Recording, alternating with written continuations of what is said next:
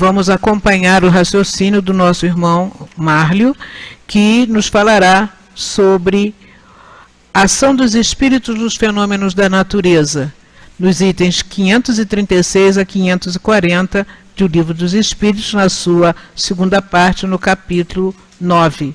E também, no momento do passe, a nossa irmã Regina Peixoto trará a sua contribuição em torno do capítulo 25 de O Evangelho segundo o Espiritismo, Buscai e achareis, nos temas de 1 a 5, Ajuda-te e o céu te ajudará. Desta forma, saudamos os nossos irmãos que, através da Rádio Rio de Janeiro, compartilharão conosco dos estudos. E para prepararmos o nosso ambiente, vejamos a página que é assinada por André Luiz, do livro Vivendo a Doutrina Espírita, volume 2, uma edição da IDE, do Instituto de Difusão Espírita, e da psicografia de Antônio Baduí Filho. E fala-nos ele sobre natureza. Você atua na natureza a todo momento. Derruba o mato, fica o descampado, perturba o ecossistema. Faz o reflorestamento, traz o verde de volta, altera a umidade. Drena o pântano, planta nele, muda a paisagem. Usa os minerais, mistura os elementos, recupera o chão. Utiliza o adubo, coloca na terra, melhora a qualidade. Queima o campo, expulsa animais, esgota o ambiente. Esfumaça o ar, intoxica o espaço, agride o clima. Se você é capaz de interferir no mundo natural, não tenha dúvida de que os espíritos, em nome de Deus, atuam nos fenômenos da natureza quase sempre para recuperar o equilíbrio da vida que suas ações muitas vezes ajudam a danificar.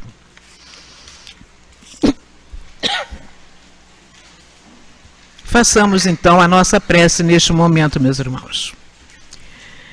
Jesus amigo, agradecemos por aqui ter chegado na noite de hoje para compartilharmos destes momentos de estudo que aqui serão realizados e que envolverão tantos outros corações que compartilham da necessidade do conhecimento para que, nos aprimorando, continuemos caminhando na direção do nosso progresso.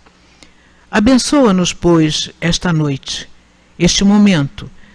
Abençoa o nosso irmão Márlio, a nossa irmã Regina, que vão conduzir os nossos raciocínios. E permite, Senhor, que sob a tua vibração, sob o amparo e assistência desses benfeitores que nos envolvem, mas, sobretudo, sob a misericórdia infinita de Deus e o seu amor, possamos, de nossa parte, considerar iniciado o nosso trabalho de estudos e passes da noite de hoje. Mas, Senhor, mantenha sobre nós a vibração do teu amor, pois muito necessitamos de ti. Graças a Deus. Como dissemos, meus irmãos, temos para estudo as questões 536 a 540 do nosso Livro dos Espíritos, Ação dos Espíritos nos Fenômenos da Natureza. Questão 536. Os grandes fenômenos da natureza, aqueles que são considerados como uma perturbação dos elementos, são devidos a causas fortuitas ou têm todos um objetivo providencial? Tudo tem uma razão de ser e nada acontece sem a permissão de Deus. Vamos ao item B. Concebemos perfeitamente que a vontade de Deus seja a causa primeira, nisto como em todas as coisas. Porém, como sabemos que os espíritos têm uma ação sobre a matéria e que são os agentes da vontade de Deus, perguntamos se alguns dentre eles não exerceriam uma influência sobre os elementos para agitá-los, acalmá-los ou dirigi-los. Mas é evidente, Deus não exerce uma ação direta sobre a matéria. Ele tem seus agentes devotados em todos os graus da escala dos mundos. Vamos à questão 538. Os espíritos que presidem aos fenômenos da natureza formam uma categoria especial no mundo espiritual? são seres à parte ou espíritos que foram encarnados como nós, que o serão ou que o foram. Item A. Esses espíritos pertencem às ordens superiores ou inferiores da hierarquia espiritual. Isso depende de seu papel ser mais ou menos material ou inteligente. Uns comandam e outros executam. 539. Na produção de certos fenômenos, das tempestades, por exemplo, é um único espírito que age ou se reúnem em massa? Em massas inumeráveis. 540 e última. Os espíritos que exercem uma ação sobre os fenômenos da natureza agem com conhecimento de causa, em virtude de seu livre-arbítrio ou por um impulso instintivo e irrefletido?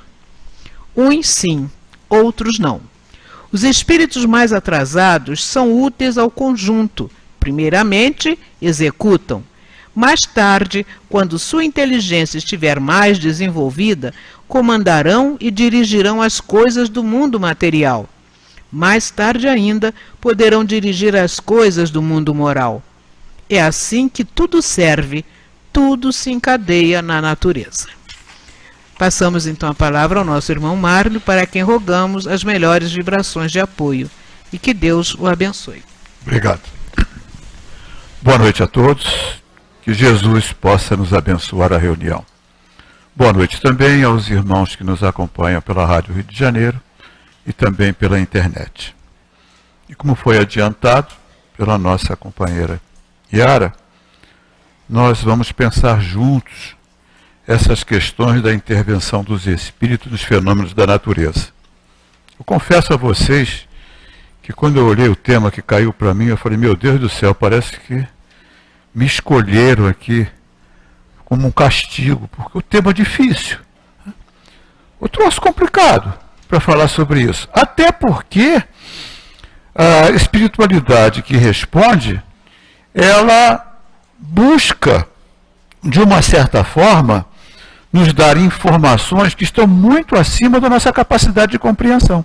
Tanto que eles falam, mais tarde vocês vão entender, porque ainda temos uma dificuldade grande de compreensão da ação dos espíritos sobre o mundo material e principalmente sobre os fenômenos da natureza. Mas essa página de André Luiz, ela é fantástica, porque ela mostra como nós, homens, humanidade, e nós somos espíritos encarnados. Eu acho curioso. Eu gosto sempre de repetir isso, que volta e meia eu escuto alguém falar o meu espírito. Eu falei, você não tem um espírito, você é um espírito. A gente fala como se fossem coisas diferentes, uma dualidade, o ser encarnado e espírito. Nós somos espíritos. E, como espíritos encarnados, nós estamos atuando de uma forma muito significativa e predatória sobre os recursos naturais. Agora, recentemente, saíram algumas informações que são preocupantes, muito preocupantes. Há um questionamento muito grande sobre isso, porque interesses econômicos são mexidos e partes políticas. Então, há um desencontro de informações e de opiniões motivadas exatamente por essas questões. Existe um xiitismo ecológico e existe uma negligência muito grande também com as questões ecológicas. Como diz a sabedoria oriental, a verdade caminha pelo meio. E é sempre bom andar pelo meio, porque quem anda nas bordas está arriscado a cair no abismo, seja lá de que borda for. Então, vamos às informações que a gente tem. Os recursos naturais, eles não são inesgotáveis, mas são renováveis. Eles se renovam. E eles têm um tempo de renovação. Da mesma forma como você planta uma árvore, ela tem um tempo para de semente a se tornar árvore, tem um tempo de renovação. Esse tempo de renovação anual, ou seja, a quantidade de recursos renováveis anualmente, já se esgotou no mês de julho. Ou seja, o que deveria ser consumido e renovado durante um ano, já se esgotou. É como se a gente tivesse entrado no cheque especial. Durante 5 meses do ano, ou seja, já a partir de agosto, nós já estamos no vermelho no que diz respeito à renovação de recursos naturais. E eu fui fazer pesquisa. Já que me sobrou uma tranqueira dessa, deixa eu me calçar em pesquisa. E olha que coisa curiosa, porque aí é que a gente toma contato com a nossa responsabilidade no que diz respeito às alterações do meio ambiente, e depois a gente vai entrar na participação dos espíritos nessa ajuda ou nessa intervenção para diminuir o impacto das nossas ações. E a gente se diz seres inteligentes. Pois bem, no que diz respeito a... Eu peguei só árvores, só questão de árvores. No que diz respeito à destruição humana, já foram destruídas no planeta metade de todas as árvores. Metade. A continuar no ritmo que está, em 300, 400 anos nós não teremos mais uma árvore. A continuar no ritmo que está. Isso são dados que eu fui buscar. E aí eu fui ver a importância de uma árvore. Por que uma árvore é tão importante? A gente sabe que a árvore é importante, mas qual é a importância de uma árvore? Pois bem, uma árvore, em um ano, ela absorve 22 quilos de gás carbônico. Ou seja, ela transforma 22 quilos de gás carbônico. E um carro, que é um dos menores produtores de gás carbônico de toda a cadeia produtora de gás carbônico, fábricas que consomem carvão, produzem energia, caminhões, uma série. Eu peguei o carro. Tá? Um carro emite cerca de 250 gramas de gás carbônico por quilômetro rodado. 250 gramas de gás carbônico por quilômetro rodado. Ou seja, se eu sei fazer contas, produz 1 quilo de gás carbônico a cada 4 quilômetros. Ora, então em 88 quilômetros, ele emite 22 quilos de gás carbônico. Certo? Então um carro rodando a 82 quilômetros por hora, emite a quantidade de gás carbônico que uma árvore leva um ano para absorver. Dá para perceber a grandeza e a importância da árvore. A coitadinha da árvore leva um ano para absorver o que um carro a 80 km, 88, 90 km por hora leva para emitir. Por isso nós temos esse problema do efeito estufa, da emissão de gás carbônico, porque as árvores não estão conseguindo dar conta da neutralização através do fenômeno da fotossíntese e fazendo a transformação de gás carbônico em oxigênio. E aí nós vamos ver no oxigênio a importância de uma árvore. Cada árvore produz oxigênio para 2 pessoas. Ou seja, uma árvore supre 2 pessoas. Nós somos 7 bilhões e burdoado. Tá? Um ser humano em repouso, assim como a gente está aqui, tranquilo, né? Bacana, consome 15 litros de oxigênio por hora. Pô, vê se economiza, tá? Melhora isso, segura um pouco, tá? 15 litros de oxigênio por hora.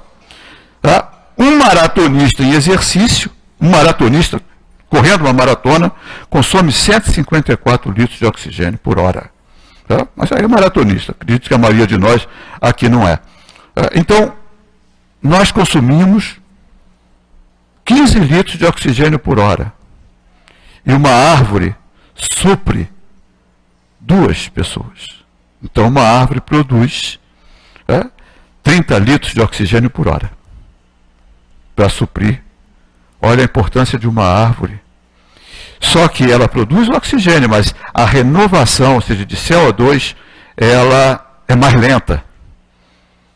Então, o quanto a gente é dependente como sociedade de uma árvore. De uma árvore.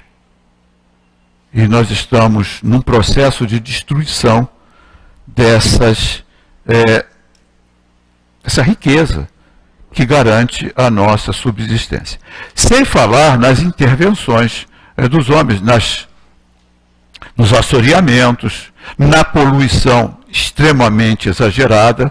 Nós estamos com um noticiário aí bastante forte, nos informando aí do problema do plástico, do lixo, a intervenção na vida marinha. São animais que estão morrendo porque estão ingerindo lixo, sacolas. Nós estamos aqui num certo movimento, esse bendito copinho. Isso aqui é uma praga, porque isso aqui está... a reciclagem é cara. Porque é curioso, pode ser reciclado, sim, mas o que consome de água e de energia para reciclar é maior do que o custo-benefício. Ou seja, o custo-benefício é terrível. Teve uma rede de cafeterias, a Starbucks, né? Ela fez uma pesquisa porque ela usa copos descartáveis ao invés de usar copos laváveis. Só que o consumo de água para lavar gasta mais energia do que o consumo de água para produzir. Então é mais interessante, economicamente falando, e também ecologicamente falando, fazer o copo de material, agora fazem descartáveis, porque os copos deles são de papelões. A gente fala muito dos canudos, tá? Essa campanha pelos canudos, mas é curioso, né? Porque agora vem os canudos de papel, embalados em plástico.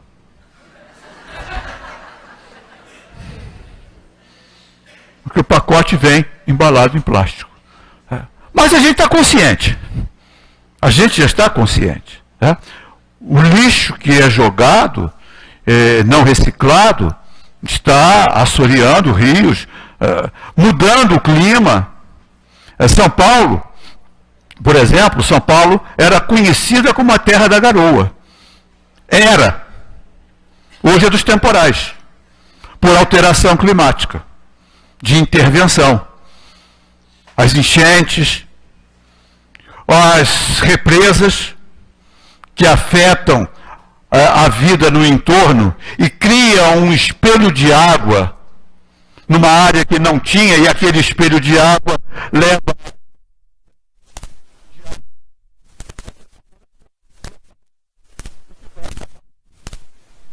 segundo alguns pesquisadores, causando temporais, mudanças climáticas, não só nas regiões longe, às vezes, daquela reserva, daquela represa. Por exemplo, o Lago de Itaipu é um absurdo de tamanho. Onde corria um rio, o Rio Paraná.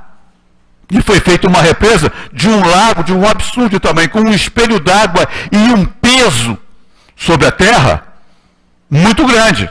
O que muito provavelmente pode causar deslocamento de placas tectônicas e causar terremoto ou tsunami em algum outro lugar. Isso tem comprovação científica? Não, mas é visível. Se você tem um determinado peso sobre algum lugar e aumenta esse peso centenas, milhares de vezes, aquele lugar está sofrendo muito mais pressão. Nós somos uma camada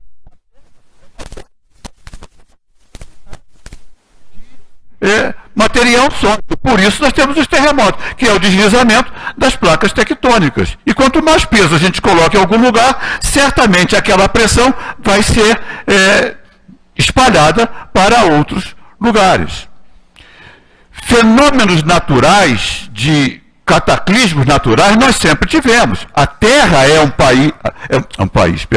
A Terra é um planeta em formação ainda. Nós somos um planeta relativamente novo dentro do universo, desse universo que nós conhecemos, que tem aproximadamente 13,5, 14 bilhões de anos, porque ele está em expansão. O que tinha antes, o que aconteceu, ainda é para a ciência um enigma, mas que o universo está em expansão, está em expansão. Se ele está em expansão, se a gente encolhe, vai chegar num ponto a mais ou menos alguns 15 bilhões de anos atrás. E a Terra tem 4 bilhões de anos, 4 bilhões e meio de anos. Então é um planeta relativamente novo. Era uma bola de fogo incandescente que foi esfriando. Então nós vivemos na camadinha fria da Terra, que é uma camada relativamente pequena. O interior da Terra é magma efervescente. Por isso os vulcões, essas que funcionam como, até mesmo como válvulas de pressão para aliviar a pressão do interior da Terra. Por isso os terremotos, porque são as placas deslizando sobre esse magma que é material pastoso, onde nós estamos em cima disso. E isso é de todos os tempos. Então, furacão, terremoto, maremoto, que agora mudou para tsunami, não sei por que mudaram o nome, mas tudo bem, tsunami, fica mais bonitinho também, tsunami. Enchentes, isso sempre aconteceu. Só que, atualmente, as nossas intervenções dos humanos de uns tempos para cá, na natureza, ela tem se intensificado muito. Por exemplo, no passado, para derrubar uma árvore, era no machado. Então, levava-se um belo tempo para botar uma árvore abaixo do machado. Hoje tem motosserra. Um homem com uma motosserra bota uma floresta abaixo em semanas. Porque é muito rápido. Uma árvore que leva séculos para ela transformar-se numa árvore adulta, ela chega abaixo em minutos. E isso está alterando o nosso clima. E a espiritualidade encarnada faz bagunça. Alguns tentam consertar, mas nós temos a espiritualidade desencarnada. E que eles participam dos fenômenos. E é curioso, porque o André Luiz fala aqui uma coisa muito curiosa.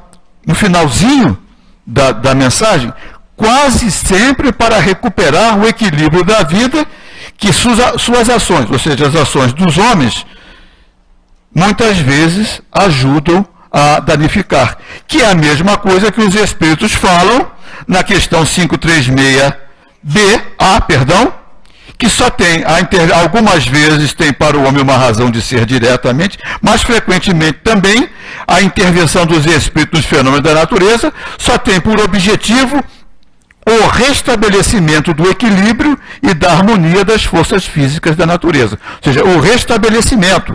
E olha, isso aqui foi escrito antes em 1857. Quando a ação dos homens sobre os fenômenos da natureza não era tão predatória quanto é hoje. Olha a diferença de tempo e de condições. Então, há uma espiritualidade encarregada de corrigir os impactos negativos. Isso é de todos os tempos, porque na mitologia grega e também no livro dos Espíritos falam dos deuses, que é só uma questão de nomenclatura, espíritos encarregados dos diversos fenômenos da natureza. E os Espíritos falam isso, tem sim. São os elementais, chamados elementais. Tá? E isso é estudado numa apostila da FEB, que eu fui procurar para poder me calçar com relação às vezes, algumas viajadas que a gente pode dar aí na nossa imaginação. Nessa apostila da FEB, chamada Estudo Aprofundado da Doutrina Espírita, Programa Filosofia e Ciência Espírita, há uma definição do que são os espíritos elementais. São entidades espirituais relacionadas com os elementos da natureza. São as energias espirituais que habitam e controlam os elementos. Também conhecidos como fadas, gnomos, duendes, silfos, ou seja, entidades espirituais que, sob a direção dos espíritos superiores, agem sobre os fenômenos da natureza no sentido de reduzir os impactos desses fenômenos. E às vezes a gente percebe isso, não sei se, eu acredito que a sensibilidade de todo mundo já deve ter percebido isso, que depois de uma tempestade forte, o ar fica mais leve. A gente fica mais leve. É claro que causam danos, tem deslizamentos, isso aí é outra história. Isso é ação do homem. Porque na filosofia, e tem um filósofo curioso que ele estuda isso, eu acho interessante, que a gente chama tudo de drama, de tragédia. Tudo é uma tragédia. Na realidade, há uma diferença entre tragédia e drama, filosoficamente falando. É o Mário Sérgio Cortella que estuda isso, eu achei muito interessante essa reflexão dele. Tragédia vem do grego. Tá? As tragédias, as intervenções dos deuses, causadas pelos deuses. Então, são as tragédias. E os dramas são os danos causados pelos homens. E a gente confunde tragédia com drama. Tragédias são dos deuses. Então, um grande temporal é uma tragédia, digamos assim. Aconteceu há algum tempo na nossa serra aqui fluminense, um temporal enorme com uma devastação muito grande. Tá? Uma tragédia, porque um temporal daqueles causaria problema em tudo quanto é lugar do mundo. Mas muitos dramas, porque as construções irregulares nas encostas, o desmatamento, isso é a ação do homem. Então, a tragédia...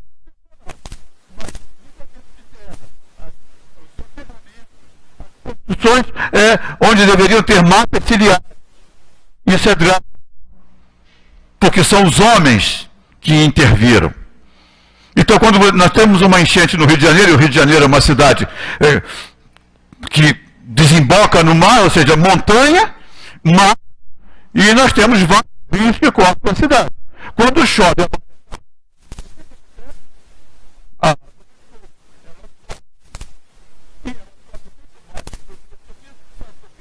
nós asfaltamos a cidade toda. Então, não drena.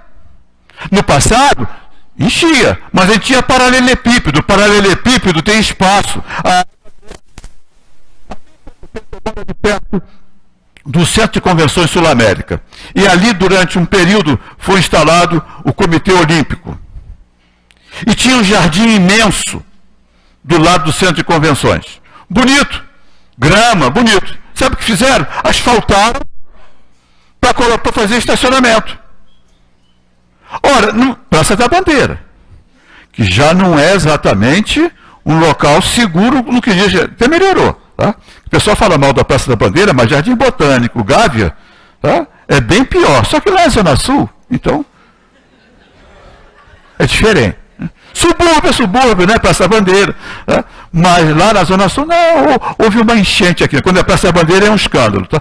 E há muito tempo que não enche. Tomara que continue. Mas aquilo ali é a ação do homem. Por quê? Porque numa chuva muito forte, aquele enorme gramado que serviria para drenar.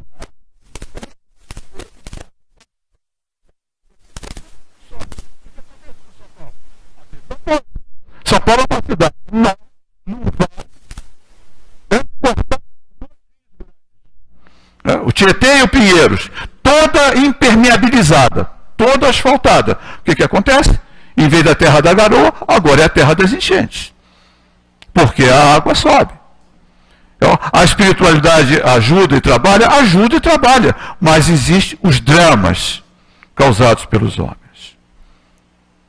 E é trabalho da espiritualidade buscar intervir de alguma forma, agir de alguma forma para minimizar esses impactos. São os espíritos que trabalham na obra da criação, que é a função de cada um de nós, participar da obra da criação, porque isso está encarnados e desencarnados. Sabe onde está isso? Que é muito interessante, e eu marquei aqui. Objetivo da encarnação, questão 132. Entre outros, não vamos entrar aqui, a encarnação tem também um outro objetivo, que é o de colocar o espírito em condições de suportar a sua parte na obra da criação. Então, cada um de nós está sendo preparado para participar da obra da criação. Porque não existe acaso. Os fenômenos naturais, eles não são por acaso. Eles têm uma razão de existir. Dentro da natureza, dentro de todos os fenômenos, não existe acaso. Kardec começa a estudar a doutrina espírita a partir desse axioma científico. Não tem acaso, não existe efeito sem causa. Se existe o universo, tem uma causa para o universo existir. Se ele está em expansão, tem uma causa para o universo estar em expansão. Porque os fenômenos são inteligentes. Hoje, um bom grupo de cientistas já se rende, porque a ciência é muito materialista. O cientista naturalmente é materialista. E ele tem razão para ser. Ele não pode ser um crédulo. Porque a credulidade leva ao fanatismo e à aceitação de inverdades. E o cientista ele precisa da comprovação para que a sua pesquisa se torne um objeto possa ser comprovada. Uma ciência ela evolui através de fatos novos. Fatos novos se apresentam. Kardec fala isso na Gênese. Fatos novos se apresentam. As ciências do seu tempo não explicavam esses fatos novos. Movimentação das mesas, comunicabilidade dos espíritos. Então é preciso uma investigação. O cientista, quando ele se depara com um fato novo, que os paradigmas das suas ciências não explicam, ele vai investigar, vai levantar hipóteses para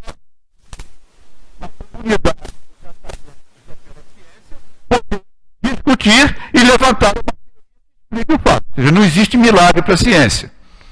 Para a ciência, o que existe, pode existir fatos inexplicados, mas não fatos inexplicáveis, nem sobrenaturais. Então, para o cientista, não existe acaso. Se duas moléculas se juntam e formam um novo elemento, existe uma lei que rege aquilo. E é muito curioso porque nessas pesquisas genéticas, esse crescimento das pesquisas genéticas atuais, já algum grupo de cientistas, ciência, não tem nada a ver com religião, porque o religioso ele tem uma tendência de, quando pesquisa alguma coisa, puxar para para sua praia. E às vezes interfere no processo. Mas o não religioso, ele não tem essa tendência, ele apenas observa o fato. A molécula do DNA, ela é de uma complexidade, de uma beleza tão grande e tão sutil é tão sutil a combinação dos elementos que já existem pesquisadores dizendo não é possível que isso tenha surgido por acaso. Isto é um projeto. Olha onde eles vão. Eles não admitem Deus, mas isto é um projeto. Bom, se isto é um projeto, você tem um projetista. Não tem como. Como é que um projeto surge por acaso? Se eu chegar para vocês e disser que isso aqui surgiu por acaso, vocês vão, no mínimo, botar meu nome ali na caixinha de desobsessão, fazer uma prece por mim. O que, aliás, eu agradeço e podem colocar, mas não por isso.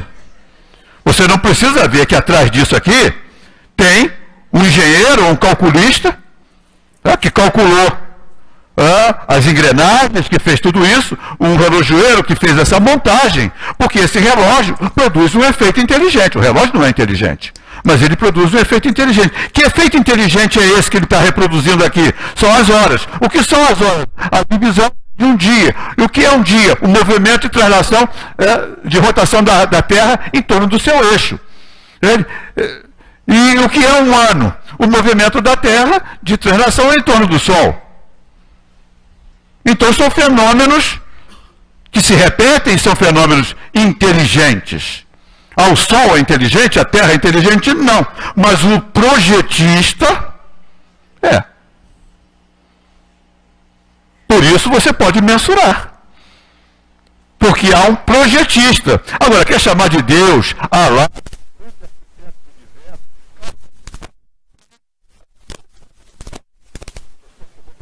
no final.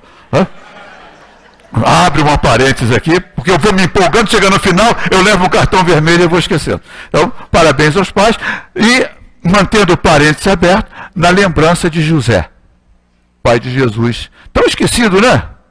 A gente só fala de Maria, claro, Maria, tudo bem, né? Mas a gente esqueceu de José. Né? José que ali, junto com Jesus, ensinou as primeiras, a sua profissão a Jesus, o iniciou talvez nos seus primeiros passos. José, o carpinteiro, tão humilde, que a história até quase que o esquece. Então, na figura de José, tá? A minha homenagem aos pais, aos avós, aos que não são pais, e aquelas mães que são pais também, porque tem muita mãe e pai por aí. Tá? Fecha parênteses. Voltando para lá, me perdi onde eu estava, mas a gente começa de novo. Então, falando do projetista, obrigado. Sempre é bom ter socorro espiritual ao lado, porque quando a gente se perde, vem logo um recurso. Então, nós estamos falando do projetista. Então, nada em a natureza é por acaso. Portanto, os fenômenos naturais, ou seja, esses fenômenos de chuva, enchente, que são fenômenos que pertencem à fenomenologia do planeta, eles têm uma razão de ser. Então, as chuvas que vão irrigar, os rios, tudo isso tem uma razão de ser. E tudo isso tem um controle. Controle de quem? Da espiritualidade. Os espíritos superiores, está lá, os espíritos perfeitos, está lá na escala espírita. Tá? Espíritos puros, questão 113. São os mensageiros e os ministros de Deus, cujas ordens executam para a manutenção da harmonia universal. Comandam todos os espíritos que lhes são inferiores. Ajudam-nos a se aperfeiçoar e designam sua missão. Então nós temos uma espiritualidade no controle e nós temos uma espiritualidade trabalhando. Muitas vezes trabalhando até sem noção do que estão fazendo. Porque não tem conhecimento ainda, mas são úteis. Então você imagina, por exemplo, um pedreiro, e é uma profissão tão digna quanto qualquer outra, construindo uma usina nuclear. Ele não tem noção, né? Teoricamente, ele não tem a menor ideia de como é a fissão de um átomo, de como funciona uma usina nuclear, mas ele participa da obra da criação, da usina nuclear. Então, muitos espíritos estão participando da manutenção, do equilíbrio, da ordem e da reparação desses fenômenos. Eu até achei curioso que nessa minha pesquisa eu bati com uma fundação chamada Fundação Cacique Cobra Coral. Acho que você Maria deve ter ouvido falar. Né? E é curioso, porque lá na sua finalidade, não estou entrando no mérito, por favor, nem a favor, nem contra, não conheço, desconheço, fui ver lá, tem muito cliente. Eu queria ter tanto cliente quanto ela tem, porque na minha profissão também preciso de cliente, mas tem muito cliente. Então, ou seja, ela deve ter uma certa credibilidade, pelo menos para essas pessoas. Eu não vou me meter nessa história, porque essa praia não é minha. Na definição, intervir nos desequilíbrios provocados pelo homem na natureza. Ou seja, uma fundação espiritualista, não é espírita, mas com finalidade, através de uma médium, de dar suporte, assessoria para intervir nos fenômenos. Curioso que é a mesma coisa que os espíritos disseram para a gente, nos desequilíbrios provocados pelo homem na natureza. Então, o que a gente pode chegar aqui, e levando para o final da questão 540, que é a questão que está aqui no finalzinho, mas que ela foi, talvez por uma questão de espaço, reduzida. Os espíritos dizem assim: tudo serve, tudo se encadeia na natureza. Desde o átomo primitivo até o arcanjo, que começou ele próprio pelo átomo. A admirável lei de harmonia, que vosso espírito limitado ainda não pôde apreender o conjunto. Então existem ensinamentos, existem conhecimentos sobre o mecanismo de funcionamento, principalmente da ação dos espíritos sobre a lei, sobre os fenômenos naturais, que ainda nos são, digamos, desconhecidos. E não são desconhecidos porque existe uma proibição. Não existe proibição. Existe limitação da capacidade de compreensão. Nós ainda não nos desenvolvemos intelectualmente para compreender determinadas leis e determinados fenômenos que são regidos pelas questões espirituais, mas que os espíritos dizem, olha, ainda são desconhecidos. Há uma lei que encadeia tudo. Do átomo ao arcanjo, existe um projeto, existe uma razão de ser, existe uma organização perfeita. Porque se Deus é a causa primária e a inteligência suprema, tudo o que acontece tem uma razão de ser, inteligente e perfeita. Porque daí vem o conceito de perfeição. Se a inteligência é suprema, nada lhe pode ser superior.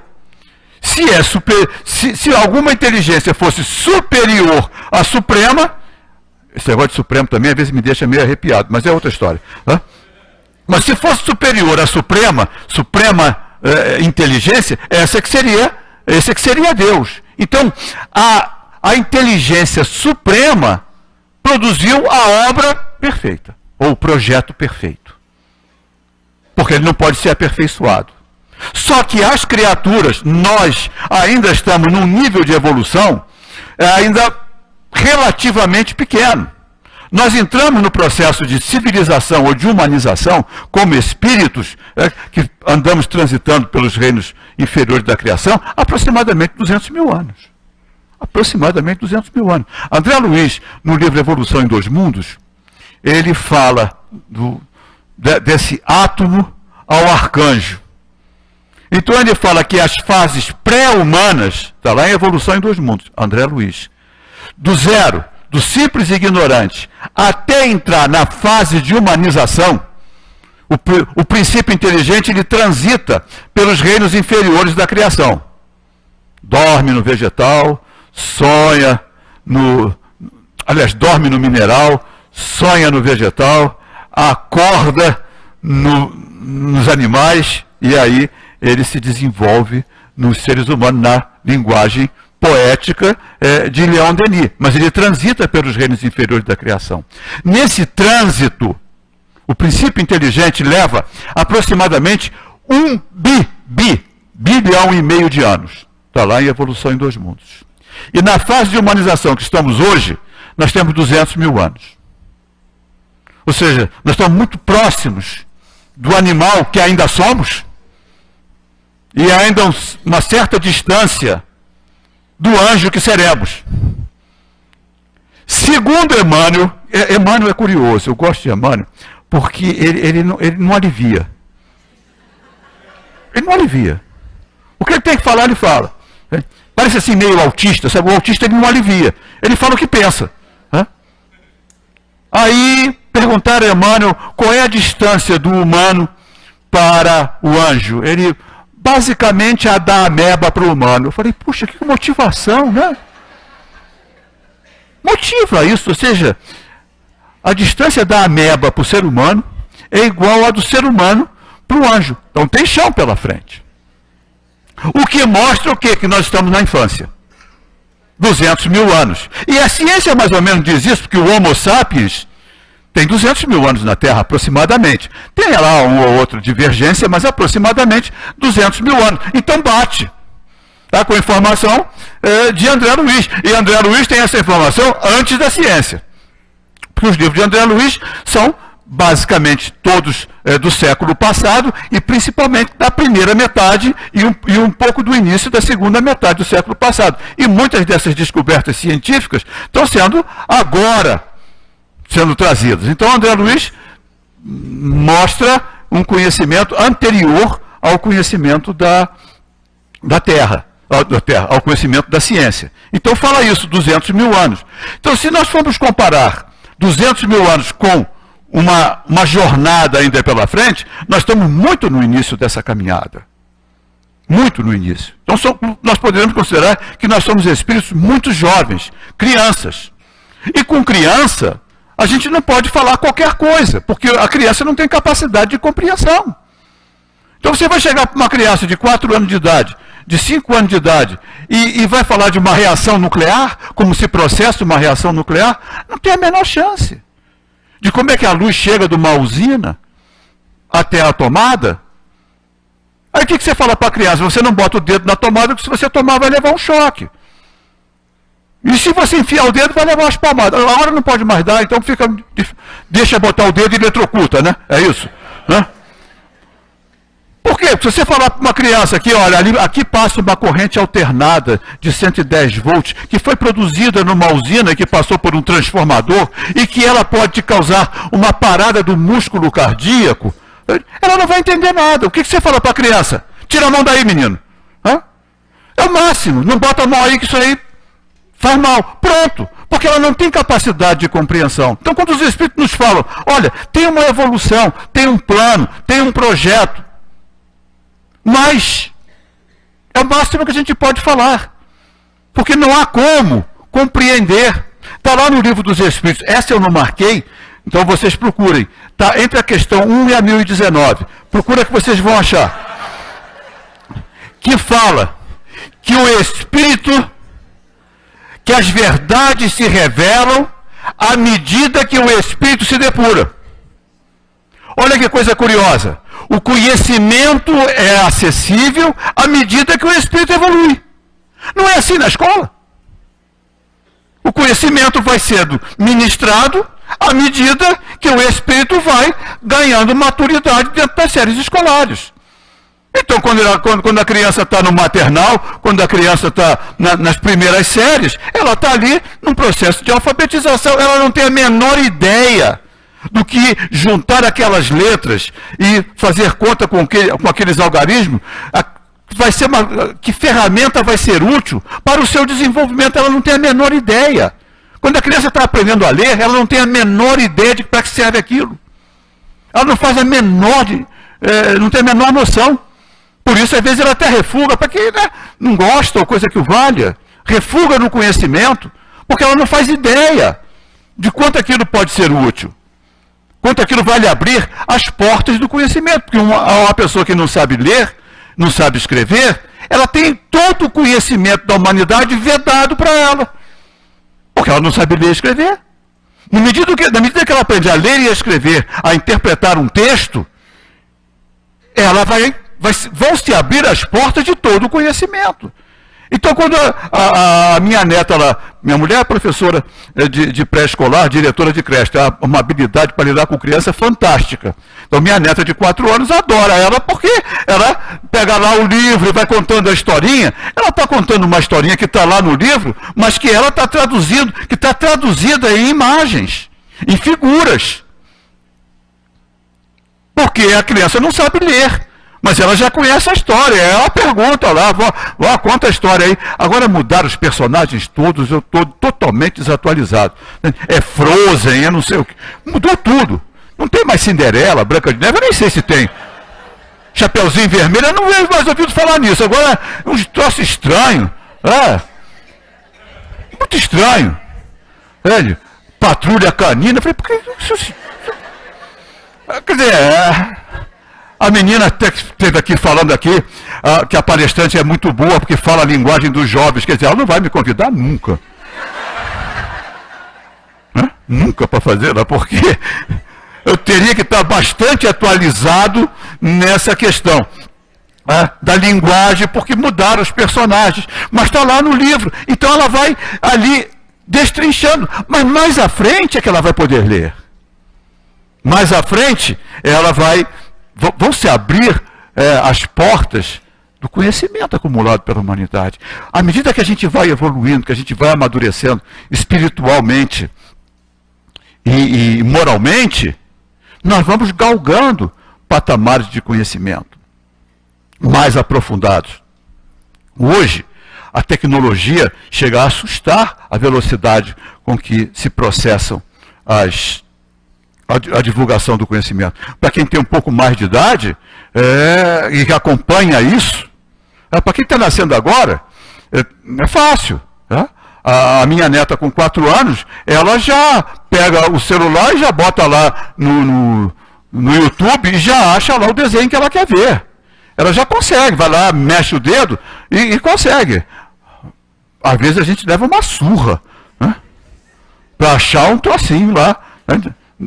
Tem que se manter atualizado. Mas para quem tem um certo tempo já de vida e de experiência, dá para perceber essa incrível evolução da tecnologia. Ou seja, portas estão se abrindo do conhecimento, coisas que a gente não sabia. Hoje a gente conhece de clima melhor. A previsão de clima no passado era feita pelo calo, né? O calo doía, vai chover, não tinha um negócio assim? Eu fui do interior, sou do interior. Tinha um negócio de calo, dói, né? Vai mudar o tempo. Pô, de calo por uma ciência já melhorou. Só que parece que tem calo que acerta mais que meteorologista, tá? Mas, hoje, o conhecimento da ciência é muito maior com relação aos fenômenos meteorológicos. O conhecimento do impacto do homem sobre a natureza também está sendo muito maior. É questionado, sem dúvida nenhuma, mas o questionamento é muito bom, é no questionamento que a gente vai aumentando o nosso conhecimento. É muito bom a gente discutir, sem levar isso para os extremismos, discutir essas questões. Faz parte do nosso processo de crescimento, nosso processo de amadurecimento. E aí as questões, os espíritos interferem, se interferem, como interferem? A gente ainda não sabe. De alguma forma, magneticamente, eles interferem. Eles se utilizam dos elementais, dos espíritos superiores, se utilizam dos elementais para corrigir, dentro da medida da possibilidade, os nossos impactos nessa intervenção que nós estamos fazendo no clima. Porque nós estamos mudando o clima do planeta. O aquecimento do planeta, ele é uma realidade. O degelo das calotas polares é uma realidade. Não há como negar. Não há como negar que isso é uma realidade. O que isso vai impactar na nossa vida, a gente ainda não sabe. Mas se até agora a gente já destruiu metade das florestas, só sobrou metade. E a gente depende de uma árvore, cada 2 de nós depende de uma árvore para viver. Cada 2 de nós depende de uma árvore. Então olha a importância de uma árvore. É para passar e pedir a bênção. Oh, obrigado. Porque olha a importância de uma árvore para a nossa sobrevivência. Sem oxigênio a gente não vive. E a gente está jogando árvore aí abaixo. Para quê? Para fazer móvel? Uma árvore que leva séculos, às vezes. Nós estamos entupindo os oceanos de porcaria. E rios. O rio Tietê, em São Paulo, é o primeiro rio sólido do mundo. Parece brincadeira, não faz muito tempo eu vi, uma pessoa tentou suicídio no rio Tietê, não conseguiu afundar. Não afundou. Foi mostrado na televisão. Bombeiro foi lá tirar. Ainda saiu xingando. A próxima vez que for tentar, faz em outro lugar, porque eu me contaminei todo dessa porcaria aqui. Aí teve que ser internado para tomar uma montanha de vacina. Porque ela não afundou. Olha o nível de poluição que está o rio. E olha aqui, passa aqui em qualquer rio nosso aqui, passa pelo Maracanã, é um esgoto. É um esgoto. Nós estamos fazendo isso com o nosso planeta. Nós estamos arrancando as matas ciliares, nós estamos destruindo para fazer pasto. A gente falou de um carro. Uma das maiores produtores de CO2, ou seja, gás carbônico no planeta, sabe o que é? Pum de boi. Gases emitidos pelos rebanhos. Porque é CO2. É gás carbônico. Quer dizer, cada boi que dá um pum, lá vai uma árvore tendo que dar trabalho. Agora, rebanhos de milhares, milhões, já imaginou aquilo tudo punzando? Pois é, está afetando. Afeta. O carro que a gente liga, eu vou de carro daqui para casa, deve ser uns 40 quilômetros. Lá vou gastar 11 quilos. Vou jogar 11 quilos de gás carbônico na atmosfera. Uma árvore vai levar meio ano para neutralizar o que meu carro vai produzir em uma viagem de 40 quilômetros. Essa noção nos dá mais responsabilidade nas nossas ações.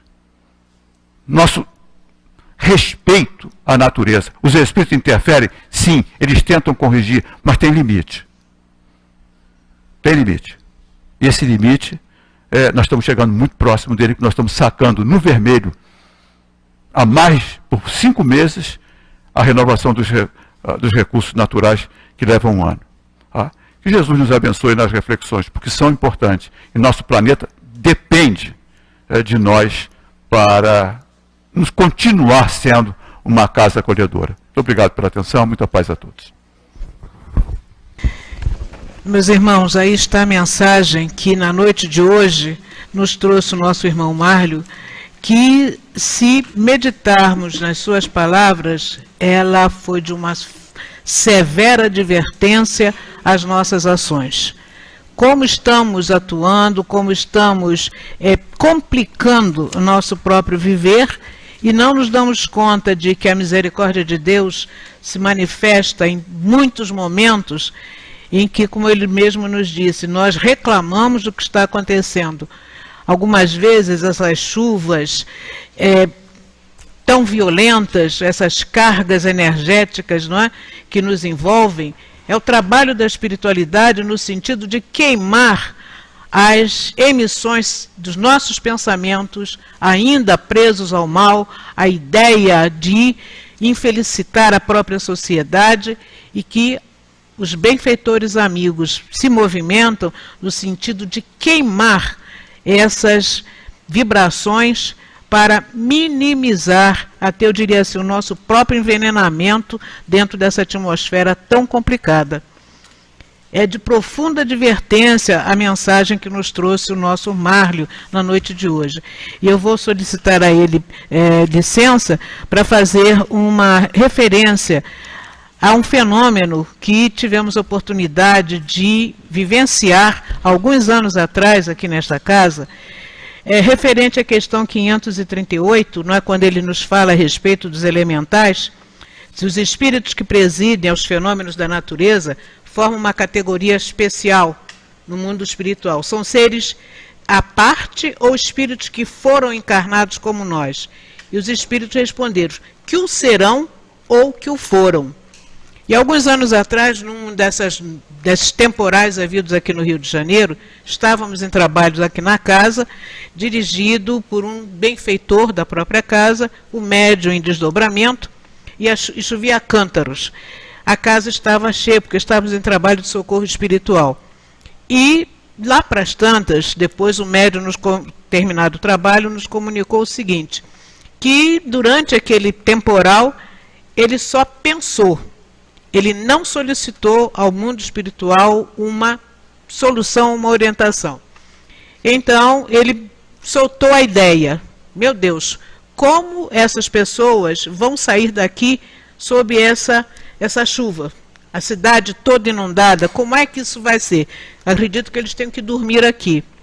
Nesse instante, toda essa região, violentos raios caíram e violentos estrondos, até que um foi mais forte, e ao término daquele movimento fez-se praticamente quase que um silêncio. A chuva foi diminuindo, e pensávamos nós, milagre, né? A chuva está melhorando. Então ele nos disse que naquele instante que ele emitiu o pensamento, percebeu sobre essa região uma nau, no plano espiritual. E uma nau conduzida por um comandante, e dentro dessa nau, grumetes, ou seja, espíritos ainda em processo de futuras encarnações com mais desenvolvimento espiritual. E o comandante disse para eles assim, tomem essa massa de nuvens e vamos nos dirigir para o oceano. E eles seguiram na direção, acompanhando a Serra da Tijuca, onde depois a chuva foi muito intensa, e nós chegamos a casa com tranquilidade, as ruas vazias, tivemos possibilidade de chegar a casa. Este é um fenômeno que estou relatando porque naquele momento eu estava vivenciando o trabalho com os companheiros, mas que nós não temos percepção, e nós estamos sob a bênção de Deus, o seu amparo, a sua assistência. Então temos que ter muito respeito por todos esses, não é? Por todas essas ações e, acima de tudo, avaliar como estamos agindo, porque temos que tomar a parte que nos toca na obra da criação e até das consequências dos nossos atos não muito felizes. Então vamos refletir muito no que nos disse o nosso Márlio na noite de hoje, reler todo o assunto, acompanhar a mensagem de André Luiz. Peçamos a Deus que sejamos profundamente felizes a contribuir para o reequilíbrio da vida, que às vezes nós estamos, como eles dizem aqui, como diz André Luiz, danificando por nosso livre-arbítrio. Que Deus então abençoe o nosso Márlio, que ele esteja conosco em outros momentos, trazendo a sua contribuição, e que nós pensemos, acima de tudo, em tudo isso, não é? Passemos então à segunda fase do nosso trabalho, que é o momento do passe, quando a nossa irmã Regina vai trazer a sua contribuição em torno do tema Buscai e achareis.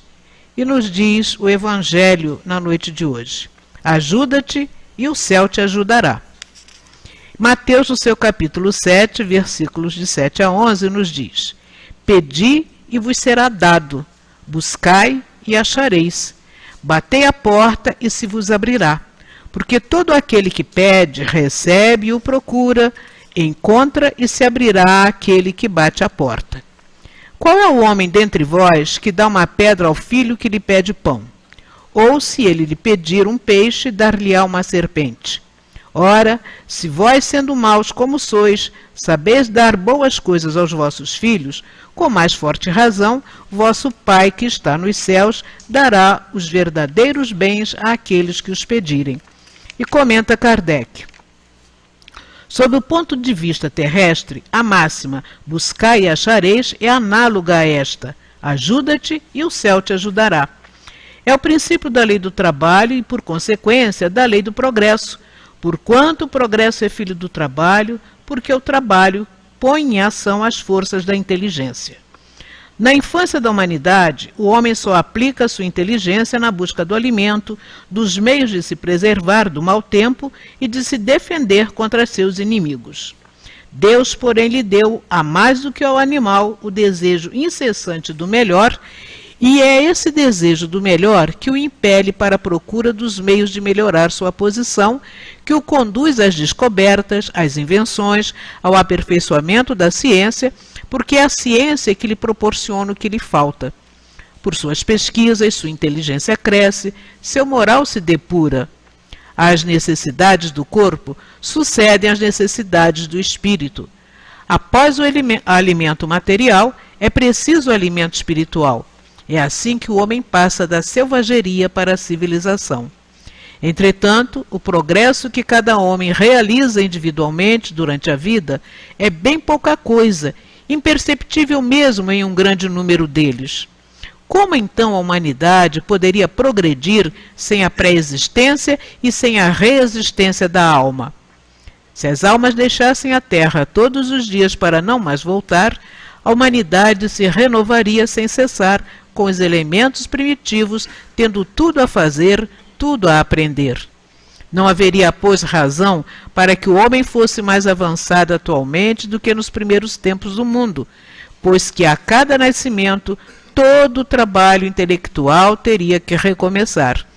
A alma, ao contrário, voltando com seu progresso realizado e adquirindo a cada existência alguma coisa a mais, passa gradualmente da barbárie à civilização material e desta à civilização moral.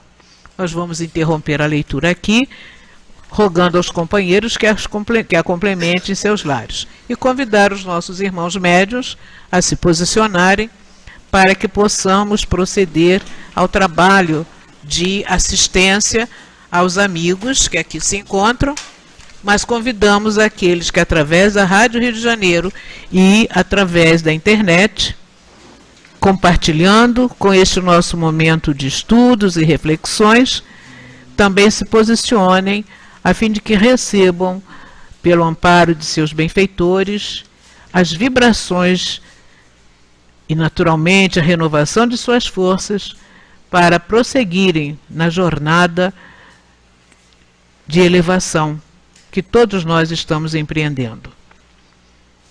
Não deixemos também de irradiar forças de serenidade, de pacificação à nossa sociedade, sustentando também o nosso país, pois ele necessita de que outros tantos companheiros também se equilibrem, se reequilibrem, para que a paz esteja sempre entre nós.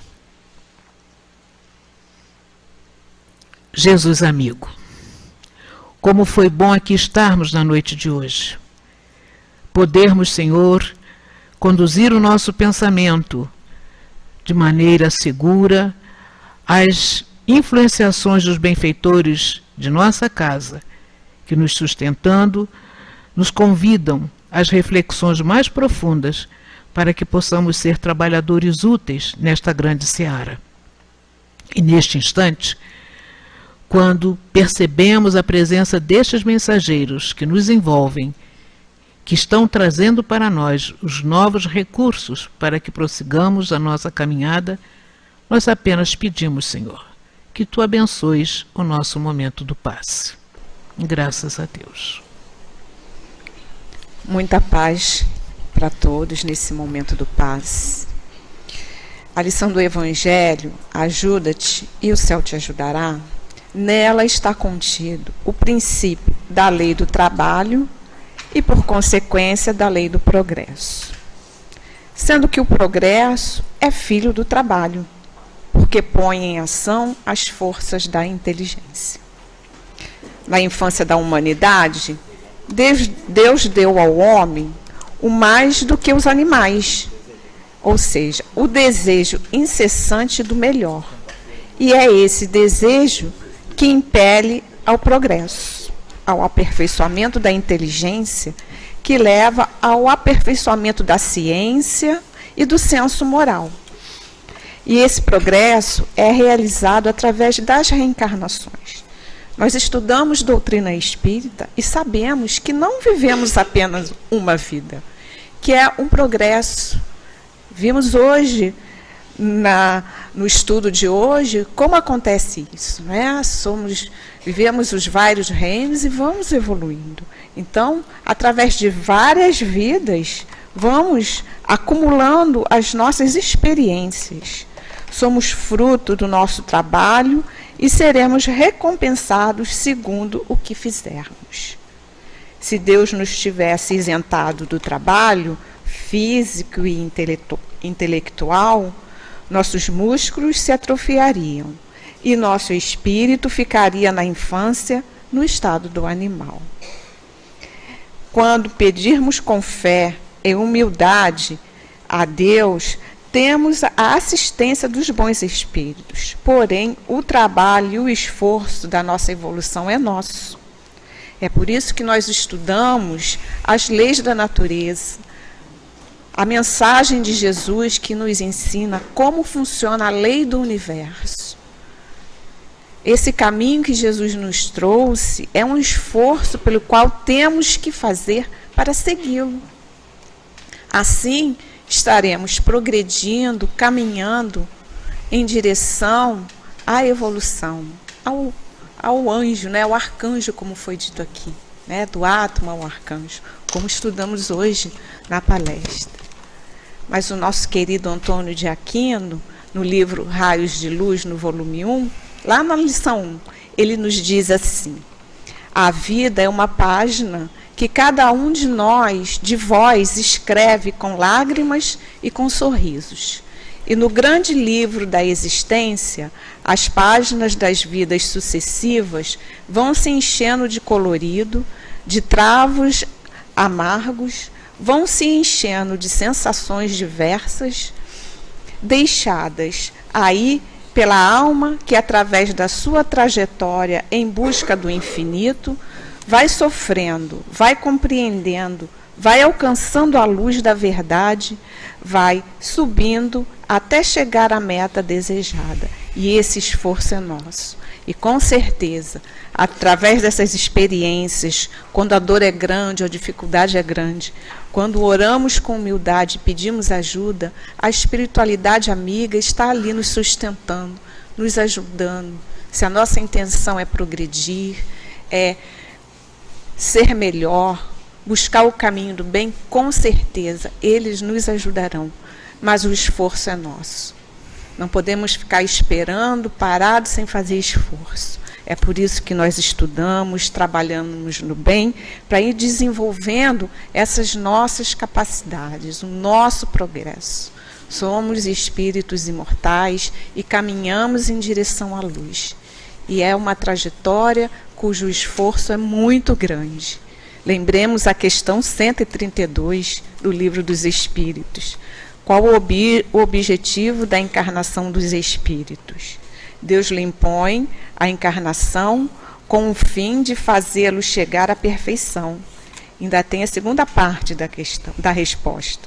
Visa ainda pôr o espírito em condições de suportar a parte que lhe toca na obra da criação. Então, todos nós temos a nossa responsabilidade dentro da obra da criação. Somos seres universais, fazemos parte desse sistema universal, cada um fazendo a sua parte de acordo com a sua evolução. Mas devemos fazer um esforço através do estudo, para que possamos compreender melhor como funciona isso tudo na nossa vida. Hoje, o estudo nos esclareceu muito, fazemos parte da natureza. O que ocorre aqui num lugar influencia lá no outro lugar muito longe. Então, que possamos ter no coração a certeza da ajuda do plano espiritual. Muita paz a todos. Mantenhamos nossas mentes em estado de elevação para sustentarmos a palavra que do plano espiritual virá até nós através do médium.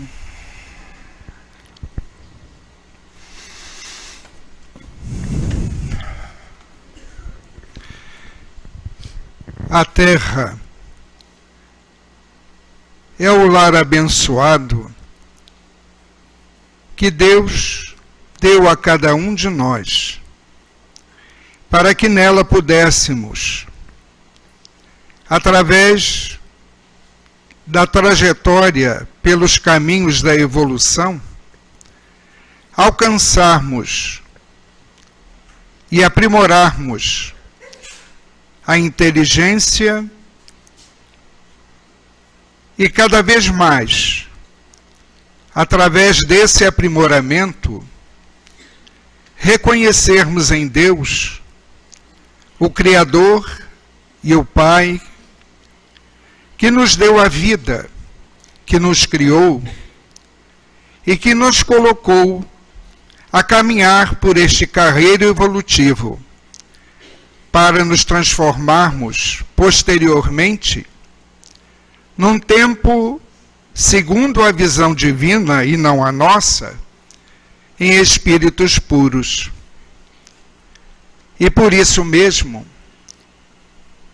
procuremos olhar a terra como um lar. Lar esse que deve ser cuidado, mantido limpo, asseado, para que não apenas os que estão neste momento, neste lar encarnado, possam usufruir das benesses que nele se encontra, mas pensemos todos nas futuras gerações que chegarão a este mundo, a este lar, para que também esses espíritos que retornarão um dia a este ambiente terreno possam encontrar nele todos os elementos necessários e adequados para o seu aprimoramento espiritual. Não nos esquecendo também que um dia os que ora estão encarnados retornarão pela reencarnação a este mundo. Como nós que vos falamos, um dia novamente estaremos aqui reencarnados. Portanto, valorizando o momento em que se vive as mais diversas experiências neste mundo, aprendemos a olhar a Terra como um lar abençoado, concedido pelo Pai, pelo Criador, a cada um de nós, para que possamos crescer, evoluir, progredir, para um dia chegarmos à condição da sintonia plena com este Pai, com este Criador. Que este Pai nos abençoe a todos, nos envolva nas suas vibrações, na sua paz. Graças a Deus. Um espírito amigo. Graças a Deus. Jesus amigo, como foi bom aqui estarmos na noite de hoje. Como foi importante para todos nós, Senhor, sermos despertados para as nossas responsabilidades, sermos despertados, Senhor, na busca de novas direções a serem tomadas, a fim de que saibamos nos tornar instrumentos úteis do Teu amor no trato com a nossa casa, o planeta em que nos encontramos, mas, sobretudo, Senhor, nas relações que mantemos uns com os outros, onde procuraremos, acima de tudo, ser fraternos, ser, Senhor, aqueles que estaremos contribuindo para o crescimento coletivo na direção do nosso aprimoramento. Obrigado, Jesus. Obrigado às vozes que aqui nos vieram trazer esta mensagem de amor, esta mensagem de esclarecimento aos nossos corações. Retornaremos agora aos nossos pontos de origem e pedimos, Senhor, sejamos mantidos dentro dessa vibração de serenidade, de pacificação que aqui alcançamos, para que saibamos compartilhar com os nossos irmãos que dentro em breve encontraremos. Tudo isto que hoje nos alimentou a alma. E que amanhã, convocados mais uma vez ao serviço do bem, a mostrarmos, Senhor, tudo aquilo que já obtivemos com estes ensinamentos, saibamos ser, sempre cada vez mais, servidores humildes, mas servidores do bem acima de tudo. Pedimos que abençoes aos nossos companheiros com a tarefa da paternidade, que amanhã terão as comemorações e que recebam de todos nós as vibrações de muito apoio, de fortalecimento para que prossigam na tarefa que lhes coube nesta encarnação. Mas que saibamos agradecer ao Pai, a Deus, por tudo quanto nos tem concedido até aqui. E assim, Jesus, sob o teu amparo, sob a assistência destes benfeitores, mas sobretudo, sob a assistência maior de Deus, possamos então, de nossa parte, considerar encerrada esta fase dos nossos trabalhos na noite de hoje. Graças a Deus.